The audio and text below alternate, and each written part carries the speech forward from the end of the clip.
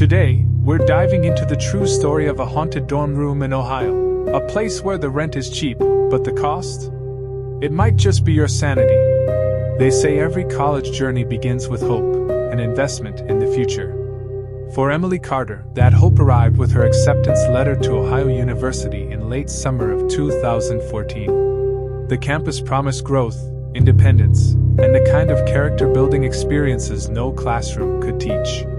But no one warned her that some lessons don't come from professors. Some come at night, in whispers and shadows.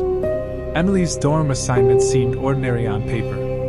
Room 317 in Wexley Hall, a slightly older dormitory that many upperclassmen claimed had the best location on campus.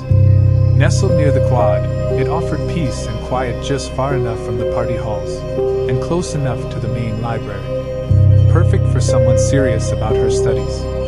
But Wexley Hall carried stories. Old ones, forgotten ones.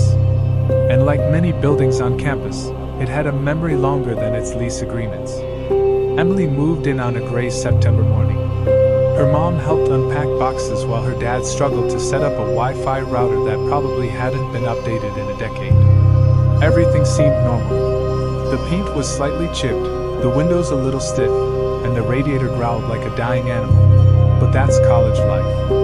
Right. What Emily didn't know, what no one told her, was that room 317 had been unassigned for the past 2 semesters. The last student who stayed there never returned. The administration simply marked it off as a temporary vacancy and shuffled it back into the rotation. Some doors are closed for a reason. Others? They reopen when no one's watching. That first night, Emily brushed her teeth in the communal bathroom and returned to her room around 11:30 p.m. The hallway was quiet, except for the distant clink of a vending machine coughing up a Snickers bar. Her roommate hadn't arrived yet. Her name was Madison, someone she hadn't met in person, just exchanged a few texts with. So Emily had the room to herself. She turned off the light, slipped into bed, and stared at the ceiling fans spinning lazily above her. Then came the tapping. Soft at first, like fingertips on glass. Then louder, rhythmic, like someone drumming their nails against the inside of the window pane. Emily sat up, her heart thudding. The wind? Maybe. But the window was shut tight. She got out of bed and peeked through the blinds. Nothing. She tried to laugh it off. Maybe the building creaked more than usual. She was overthinking. Stress. New environment. Lack of sleep. All valid reasons. But by 2:43 a.m., she was wide awake, wrapped in her blanket, as the tapping returned, this time from the closet. She didn't open it. The next morning, she told herself it was just her imagination, her brain playing tricks on her. But deep down, something didn't feel right. And the more she ignored it, the more the room began to change. Lights flickered without reason. Her phone wouldn't hold a charge when left on the desk. Her textbooks went missing, only to be found stacked neatly inside the mini-fridge. Most disturbing of all, her dreams became vivid, too vivid. Night after night, she dreamed of drowning in a dark lake, hands grabbing at her ankles, a girl with jet black hair watching from the shore. By the second week, Madison finally moved in. Madison was bold, skeptical, and blunt. She didn't believe in ghost stories. Just bad wiring and creepy architecture, she joked. But even she couldn't explain the ice-cold air that clung to the room no matter how high the thermostat was turned up. Or how her alarm clock would reset to 3:17 every morning, always 3:17, no matter what. One night, Madison stormed out after the lights shut off mid-shower. She swore someone whispered her name while she rinsed her hair.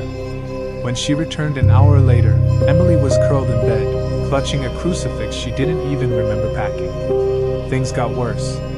Emily found a journal hidden behind one of the ceiling tiles. Dusty, leather-bound, and filled with frantic entries dated from 1999. The handwriting was neat at first, then spiraled into messy scribbles. One name kept repeating, Rachel. Page after page. Rachel is here. Rachel won't leave me alone. She stands by the closet. She says it's my turn. Who was Rachel. And why did her name match the signature on the last page, written in red ink, or something far darker? Emily did what most students do in times of panic. She Googled. There was no official record of any student named Rachel dying on campus. But a few old Reddit threads, buried deep in student forums, whispered about room 317. A girl who disappeared in the 90s. Her body never found. A possible suicide. Or worse, something the school tried to forget. Emily didn't want to believe it. But the more she ignored the room's presence, the louder it got. Doors slammed shut on their own. The sound of crying echoed from the walls. And one night she woke up to find the closet door wide open, and the journal gone. She moved out a week later. She never returned to Wexley Hall. But her silence was short-lived. Because in the fall of 2017, room 317 was assigned again. In the fall semester of 2017, Jordan Taylor arrived on campus, quiet, intelligent, and a little introverted. A sophomore transfer from Michigan, he was determined to rebuild his life after a rough year. His scholarship barely covered tuition, so when housing assigned him to a single room in Wexley Hall, he didn't complain. In fact, he thought he'd lucked out. Room 317 had been closed the year before. Maintenance issues, they said. But it was clean, spacious, and most importantly, private. Or so it seemed. Jordan didn't know the story of Emily. He didn't know about the journal, or Rachel, or the fact that no student had lasted more than a few weeks in room 317 since the early 2000s. From day one, Jordan felt off. Not scared, just unsettled. He chalked it up to nerves. New campus, new people, new expectations. But the feeling never left. It clung to him like humidity, wrapping around his chest every night as he lay staring at the ceiling. He was a practical guy, not superstitious. But he noticed things, subtle things. His laptop shut off every night at exactly 3:17 a.m., even when unplugged. His earbuds would buzz with static during Zoom calls, but only when he sat near the closet. And then there were the messages. At first, it was a single word, carved lightly into his desk. Listen. He thought maybe it was leftover from a previous student. A joke. Some dumb attempt at scare tactics. But the next day, there was another. She's waiting. Each message was deeper, as though carved fresh. And always, they appeared when Jordan was out of the room. He installed a small webcam and set it to record when he was away. When he returned one evening after study hall, he sat down to check the footage. For a full 3 hours, the room sat in stillness. And then at 3:17 a.m., the screen glitched. Just for a second. The camera blinked out. When the feed returned, a shape stood near the closet. A pale figure. Long black hair. No face visible. Just presence.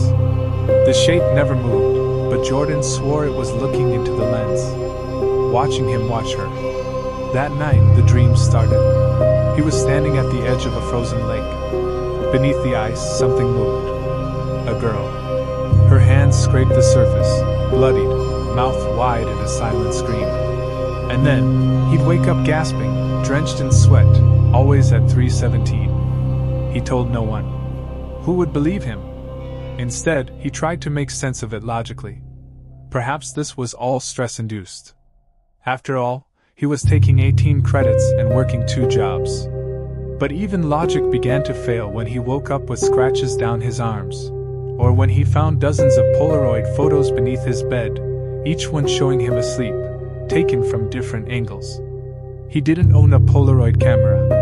That's when Jordan started researching. He found Emily's blog, one she had deleted but still lingered in cache archives. Her final post mentioned Rachel and a journal she'd found. Jordan tore apart the room, searching for the journal, but it was gone. Instead, behind a loose panel near the radiator, he discovered something else. A student ID. Yellowed. From 1999. The name read, Rachel Ellen Moore. He searched campus records.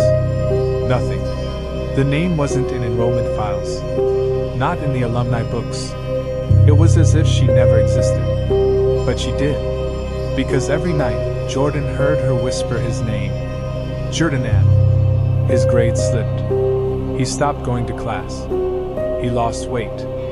Friends noticed. He avoided them. Locked himself in room 317, obsessing over every clue. Trying to map out Rachel's message. Trying to find out what she wanted. And then, on October 31st, Halloween, he vanished. No suitcase. No note. No evidence of foul play. Just an empty room, a buzzing alarm stuck on 317, and one Polaroid photo left taped to the closet. Jordan, standing next to Rachel, smiling. But Rachel wasn't smiling. She never did. In the fall of 2020, Ohio University introduced a new elective, Paranormal Culture and Urban Legends in America. It was an immediate hit, especially among psych majors, creative writers, and students looking for something different during a pandemic-rattled year. Among them was Sierra Logan, a senior with a sharp mind and a quiet obsession with the occult. Not because she believed in ghosts, but because she believed in energy, patterns, frequencies, the things science hadn't fully caught up with yet. For her final project, Sierra proposed something bold. "I want to cleanse room 317. Her professor chuckled at first, thinking it was a Halloween gimmick. But Sierra wasn't joking. She had done her research. She'd found old blog entries, student testimonies, and even an anonymous campus police note that simply read, "Do not enter 317 alone." She wanted to test whether residual energy, fear, trauma, grief, could physically imprint on a space. And if so, could it be removed? Permission wasn't officially granted. But Sierra had a way of getting what she wanted. One of the campus advisors owed her a favor. A few emails were deleted.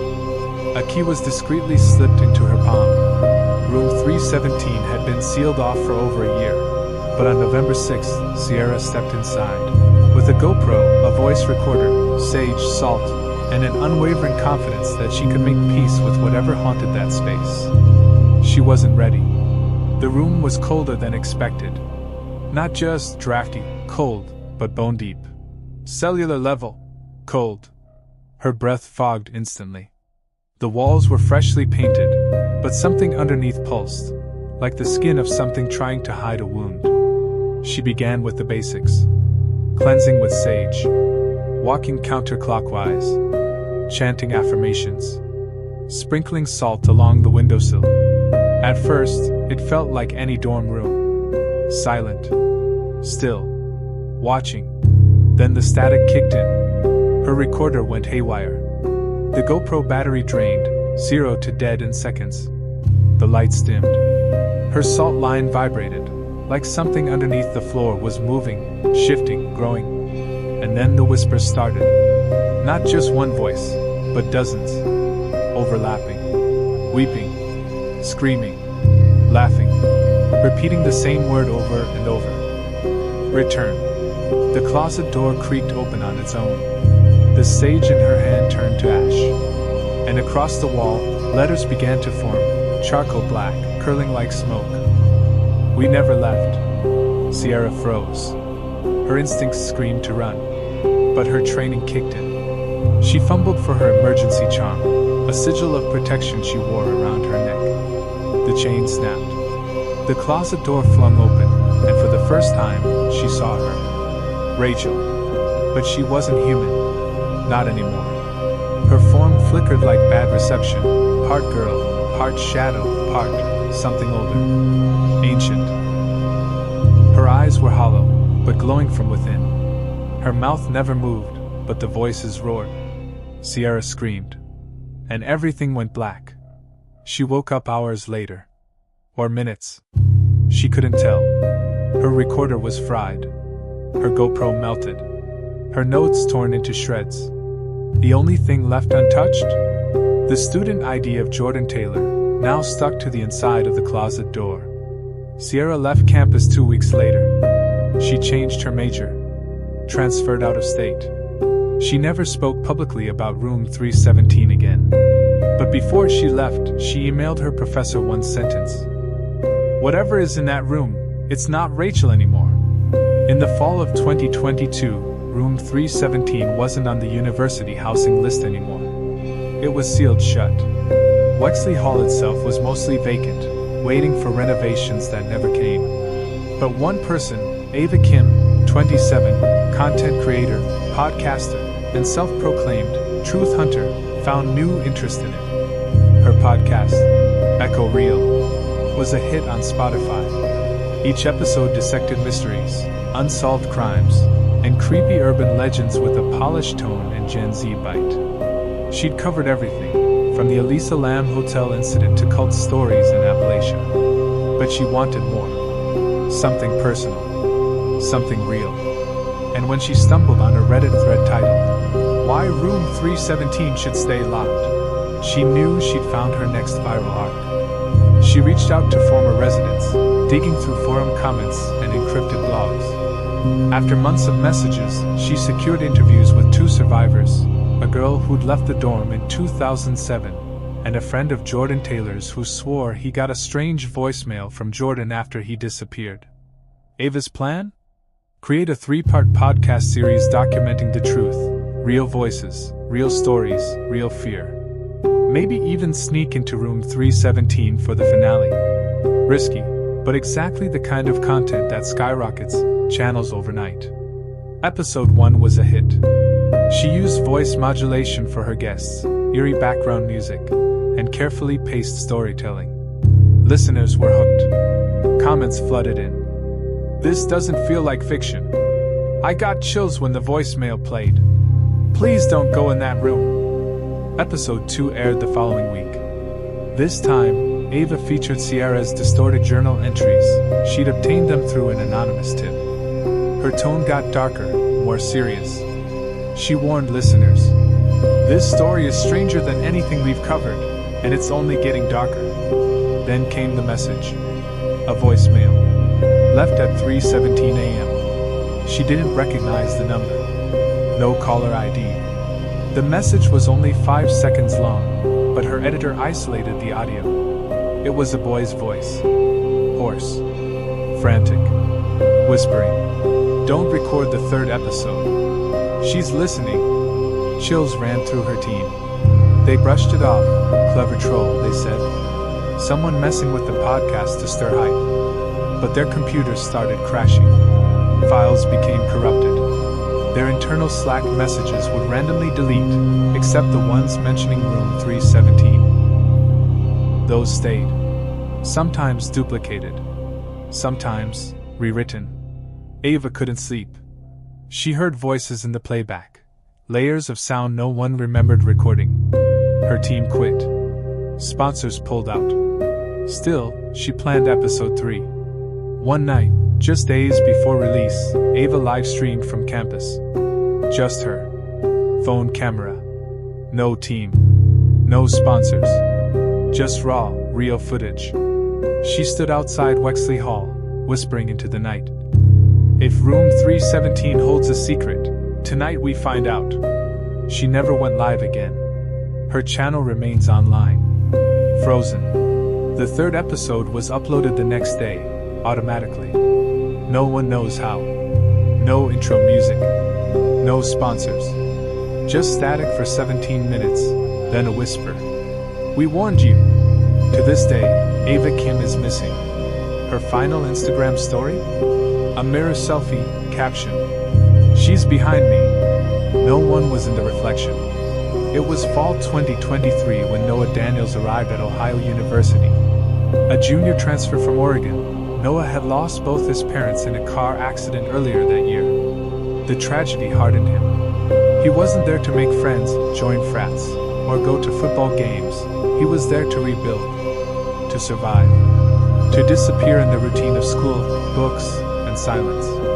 When the housing portal glitched mid-August and assigned him to room 317, no one caught it. The system flagged it briefly, then autocorrected. Just another bug in outdated software. Noah moved in on a rainy Friday. The room looked ordinary, clean, quiet, cold. The kind of quiet he liked. He wasn't scared. He didn't believe in ghosts. He believed in trauma, in grief, in things that couldn't be exorcised with sage or salt. But almost immediately, the room began to respond to him. He'd write in his journal and later find entire pages rewritten with phrases he didn't remember writing. Once, he drew a sketch of his late mother, and found it burned the next morning, curled black on the edges. He assumed he was sleepwalking. Stress, maybe? PTSD. Until he found the old audio recorder under the mattress, caked in dust, but still working. He played it. Static. Static. Then, "Noah, you're the last." He dropped it. The device cracked, and something slipped out. A photo. Of his parents. But the date printed on the back wasn't from their accident. It was 2 weeks before he moved in. Noah began to spiral. He stopped attending class. His dreams weren't dreams anymore. He'd wake up in places he didn't fall asleep. The shower. The hallway. Once, even outside, barefoot in the cold. He turned to the only thing left: truth. He searched campus archives. Connected the dots. Emily, Jordan, Sierra, Ava. All threads led to her. Rachel. She wasn't a girl. She was a myth seated in reality. A spiritual fracture. A broken code in time, looping through pain, loneliness, abandonment. Feeding off the vulnerable. But for Noah, it was different. He wasn't just a random assignment. He was chosen. His birth certificate, gone. School records scrambled. His parents? Adopted him after a failed system file in Ohio, back in 2001. Year of the original Rachel incident. The year the cycle began. He had been in Wexley before.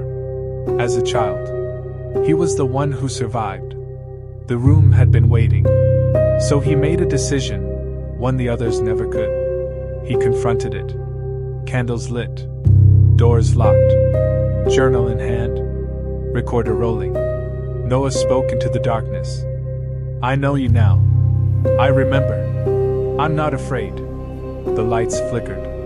The walls trembled. Rachel appeared, this time, not as a monster, but a fractured echo. A girl crying. Broken. Human. And Noah did the unthinkable. He forgave her. He crossed the salt line. Took her hand. And everything stopped. The room went warm. The static faded. Rachel vanished. He woke up the next morning as if nothing had happened. Just peace. For the first time in years, he cried. Not from fear, but from release. Weeks later, Wexley Hall was torn down. Nothing replaced it. Students moved on. Life went on. But somewhere, tucked in an archive folder no one remembers creating, sits an audio file. Titled simply, "The Final Resident." In it, Noah whispers, "She wasn't evil. She was stuck. Just like I was. We both just wanted to be remembered." And just like Noah, sometimes what haunts us isn't a ghost, but our past, our fear of failure, or the silence of untapped potential. If this story made you feel something deeper, don't stop here. Click on this video next. The power of compounding. How small financial decisions shape your future. It might not be horror, but it will change your life. See you there.